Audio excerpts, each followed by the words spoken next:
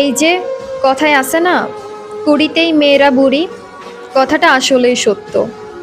20 পার হওয়ার পরেই বাবা মায়েরা তাদের দায়িত্ববোধ থেকেই মেয়ের বিয়ের জন্য উঠে পড়ে লাগে। শেষ পর্যন্ত ততটা পেরেশানি না হলেও 25 পার হওয়ার পরেই বিয়ে না হওয়া মেয়েটা যেন তাদের গলায় কাটার মতো আটকে থাকে।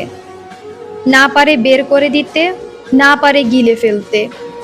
শুধু ছেলেরাই টিউশনি করিয়ে নিজের স্যান্ডেল ক্ষয় করে না, মেয়েরাও করে।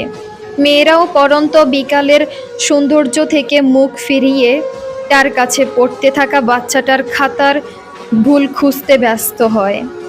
নীল শাড়ির সাথে সাদা ব্লাউজ পরে নিজেকে আকাশ আকাশ লাগার ব্যাপারটাকেও গলা টিপে মেরে ফেলতেও তারা জানে। বাবা রিটায়ার্ডের পরে পরিবারের বড় মেয়েটাকেই সংসারের হাল ধরতে হয়। কারো প্রেয়সী হওয়ার হাজারটা সুযোগকে তুড়ি মেরে উড়িয়ে দিতে ওই মেয়েটা দিব্যি জানে। পরিবারের দুশ্চিন্তায় রাতে না ঘুমিয়ে কেশবতী মেয়েটার চুলগুলো তখন ইতিহাস মাত্র। সাথে মানুষের কটু কথা তো আছেই। বলছি না, মেয়েরা ধোয়া তুলসী পাতা।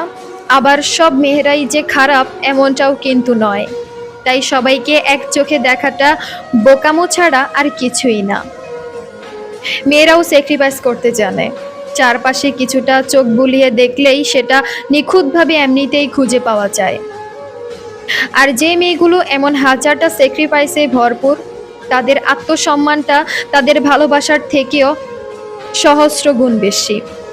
এদের একটু সম্মান করুন, দেখবেন এরা আপনাকে কয়েক গুণ বেশি সম্মান ফিরিয়ে দিবে।